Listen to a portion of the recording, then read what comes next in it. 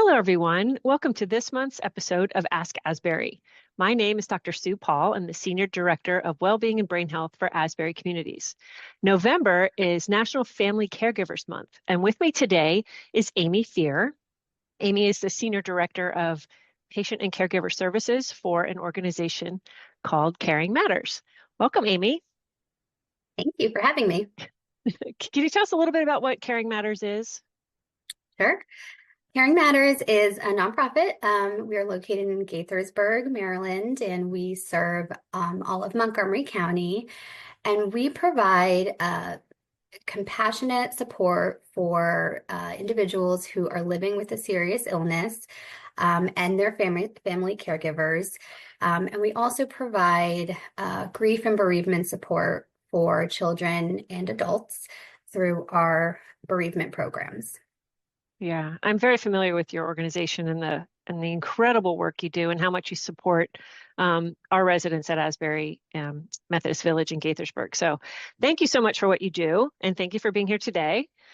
As you are the experts in caregiving, and I think we all find ourselves in that role sometimes, not necessarily volunteering for that role, it just kind of is thrust upon you. How has the role of caregiver evolved over the past 10 years? I know there's been a lot of changes in technology, increased awareness of caregiver burnout. Have things changed over the past decade?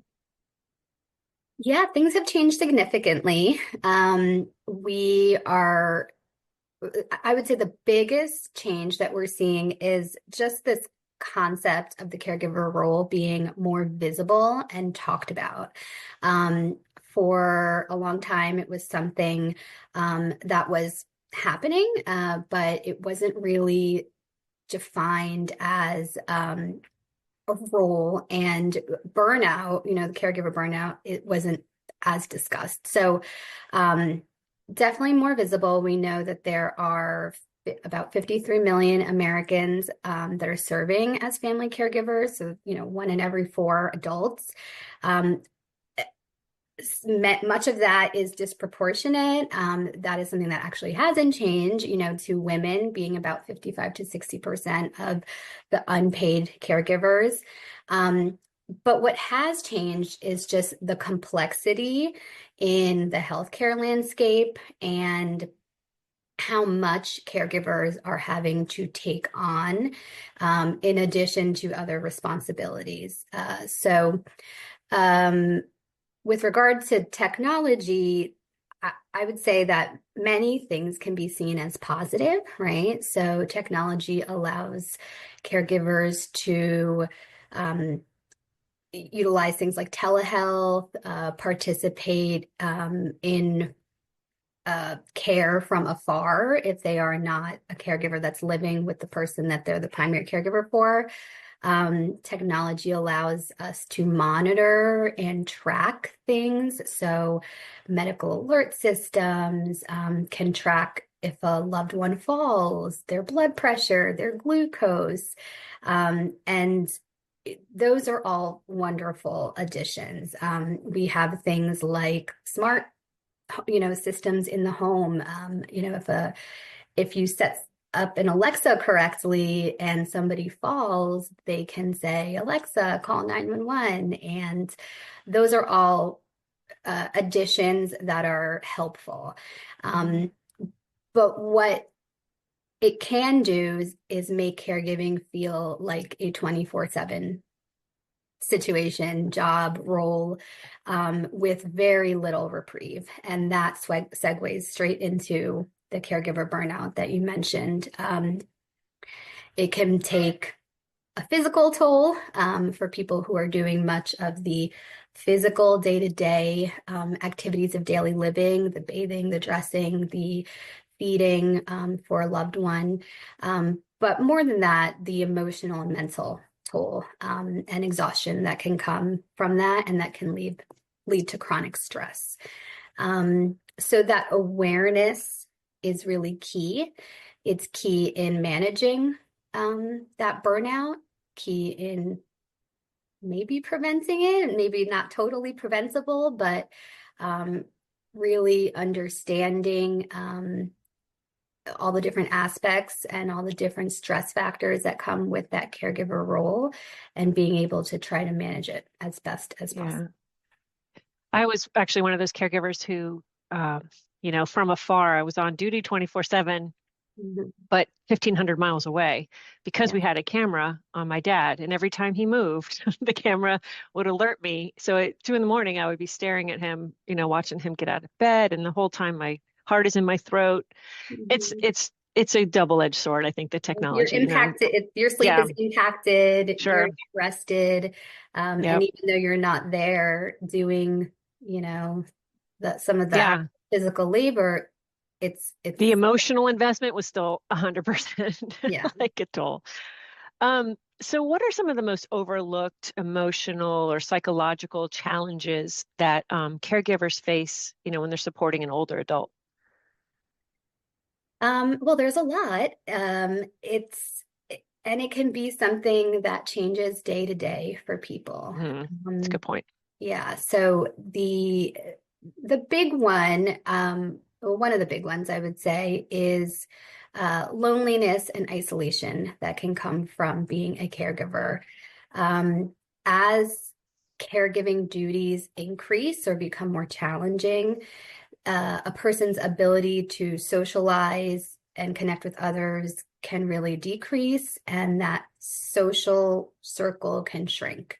And that can happen because the friends and the loved ones of that caregiver might feel that they don't understand what that person's going through, and they may back away, or the caregiver might feel like they don't want to burden their friends and loved ones with all that they have going on, and so they may back away. So that can be a big one, social isolation and loneliness. Another one is just this this confusing dynamic of feeling resentment towards a person that you are having to be a caregiver for, or even if you're wanting to be a caregiver for that person, all the overwhelming aspects of that, with the juxtaposition of guilt for feeling Feeling resentment. that way. Yep. Yeah. So you love this person, you want to be their caregiver, but you're also frustrated and you can get resentful. And that can be a really unsettling feeling for caregivers, and really hard to kind of grapple with. And another big one is grief, right? So this idea of what we call anticipatory grief, knowing that the person that you're a caregiver for is slipping away, knowing that the condition is worsening, and that they are at some point you are going to lose this loved one to this condition or something related to this condition. And that grief and that anticipatory grief that comes with that before that person has even died. And so all of these things, and there's so many more emotions that can lead to mental health challenges, depression, anxiety, all of that. Yeah. That anticipatory grief, that is a real thing. I know exactly what that means when you say that. It's a great term. Okay, next question. This one is near and dear to my heart. How can caregivers balance promoting safety and promoting independence and autonomy while ensuring the person is safe? Because I think that's a rub that we run into sometimes where the person we're caring for is like, I'm not going to fall, leave me alone, I'm fine, I can handle my medications just fine. And you're like, well, if I let you do this, there is a risk that you're going to fall and I'm going to be responsible for that. And, it's such a challenge to just let them make their decisions and then you trying to buffer the risk with that. Right. I don't know. How do you handle that? Well, it's very hard. It's funny because, in the question you asked before, we talked about, monitors or devices that people can wear. And I was at a training and somebody said, well, we can buy the monitor, but my mom's not going to wear that monitor, or she might wear it, but she might never charge it, right? And so now she's wearing it, but it's not on, right? So it's a really hard thing to balance. I think One important thing is to promote independence and decision making where you can in the small and day-to-day things. Um, in little things like, what does this person want to eat for lunch? When do they want to get dressed? What do they want to wear? Um, Things that they can do independently, like brush their teeth and, get dressed on their own, can give a little bit of that sense of normalcy. Even if you, as the caregiver, are sort of hovering in the background a little bit, just promoting some of that normalcy is important. Another thing is creating safety in the home where you can, right? So that can be a little bit more easier said than done, because making modifications to homes isn't that easy, but putting grab bars in the shower, in the bathroom, making sure the lighting is bright, making sure there aren't hazards on the floor like loose rugs or electrical cords. Because then, as the caregiver, if you do need to step out, for a minute or a few minutes, you can feel more comfortable knowing that some of those modifications have been made. And the person who's left at home can have a little bit more of that independence. So some of those things are addressed that could create danger. The biggest thing, I think, is also planning ahead, and having difficult conversations and discussing wishes and expectations early on so that the person has the most control that they possibly can over their future health, medical decisions, all of that. Once you're in the midst of a medical crisis, and some of those conversations haven't been had, that person may not have the capacity any longer to make those decisions on their own. And it can be really hard to feel, for both, for the caregiver and the person and the care recipient, like decisions are being made for them, or that you're having to make decisions for them. And so, to whatever degree that advanced care planning and those conversations can be had ahead of time, it's going to make those decisions easier. Mm-hmm. Yeah, that's great advice. It's such a hard thing. Yeah. But planning, getting as much out of the way as you can up front does, I guess, alleviate that tension Yeah, and when the the, time comes. the care recipient can feel like, I've made my wishes known Mm-hmm. and I've written, I've had everything written down. And so what I want for myself is going to be executed in the future, even if I'm not there able to verbalize it. Mm-hmm. Yeah. Well, thank you for that. Okay, moving on. This is a tricky one. So, what kind of policies or workforce initiatives do you think are needed to better support both like the family caregiver and professional caregivers as the aging population is growing, the number of caregivers are decreasing? Are there any, you know, legislation or policy issues out there that are addressing these concerns?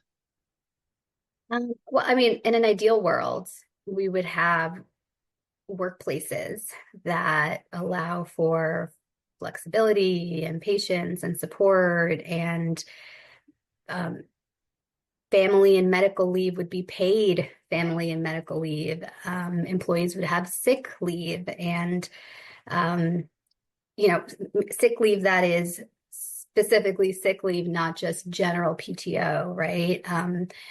And when possible, like the ability to work remotely or hybrid. That's not doable for every kind of career, every position, every company, and and every employer, but when possible, right?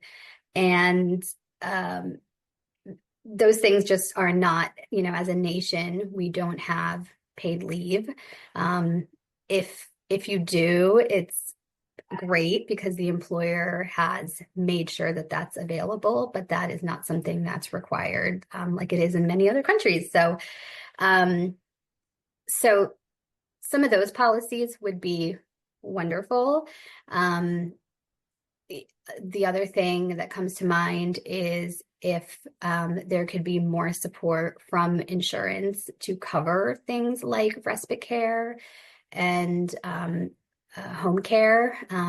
Insurance will cover home health if someone comes home from the hospital or from rehab for a certain amount of time, if they have insurance.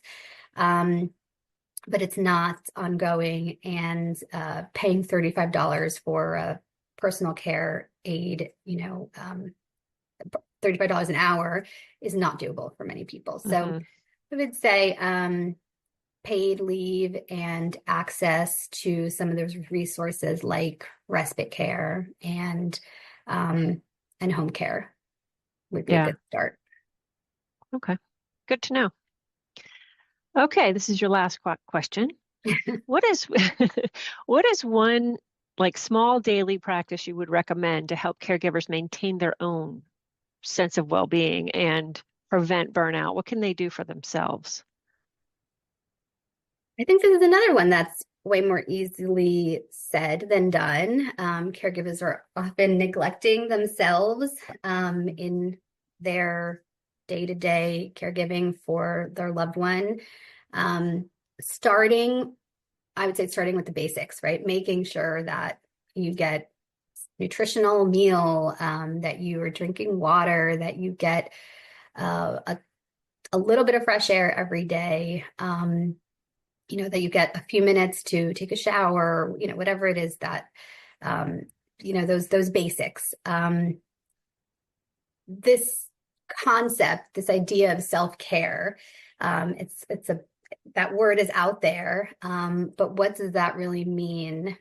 And how doable is that for everyone? And so I would say taking a step back from the idea of self-care and just figuring out what's valuable for you as a caregiver. Just because we hear, oh, meditating is good, it doesn't mean that meditating equals self-care for you. So what's important for you, identifying one thing outside of the basics that I just mentioned before that brings you joy or that brought you joy before you were a caregiver, and trying to find the time to do that, whether that's reading, watching a soap opera, having a call with a friend, whatever refuels you. And it doesn't have to be every day. Ideally, it would be great if it was every day so that you could have a little reprieve, but it doesn't have to be. So I would say the big takeaway there is it depends on you, but find what is valuable for you and make sure you're taking care of the basics. Mm-hmm. And I would add to that, what you do is asking for help, Yeah. seeking support, Yes. Finding people in similar situations going through the same thing. Because I would say at some point in most people's lives, they've been a caregiver. There's the newborn baby caregiving type thing. There's, just illness throughout, the course of a lifetime. Then there's the aging parent, which I just think a lot of people find themselves in those situations, and they felt firsthand the stress of those, and you feel really exhausted and hopeless sometimes, and what really can help, I think, is having that support system to lean on. And there are organizations like yours, not I know you're just in Montgomery County, Maryland, but there are other similar kind of support group organizations that you can reach out to. It could be a neighbor, it could be a lot of different resources, but I think it's just important that you find your support system and a little network and a little tribe to build around you to help lift you up sometimes. Yeah, and people want to help, and sometimes having like a very specific asking for help in a very specific way can actually help the people who want to help you to help you, Right. right? That's a good So, point. um, I I really just would love someone to help me take out the trash, or pull the bins to the curb. And if you can ask a neighbor to do that, more than likely they will gladly do it. They want to help. People don't always know how. They don't want to intrude and they don't want to assume. And so asking for help is a big one. Yeah, it's a big one. Gosh, Amy, well, thank you so much for your time today. I think this is great. I'm really excited to celebrate family caregivers because they have a special place in my heart. I don't know where we'd be without them. You know, so anyway, I want to thank you again for your time and your expertise. Thank you. Thank you for having me. You're welcome. Goodbye, everybody. Bye bye.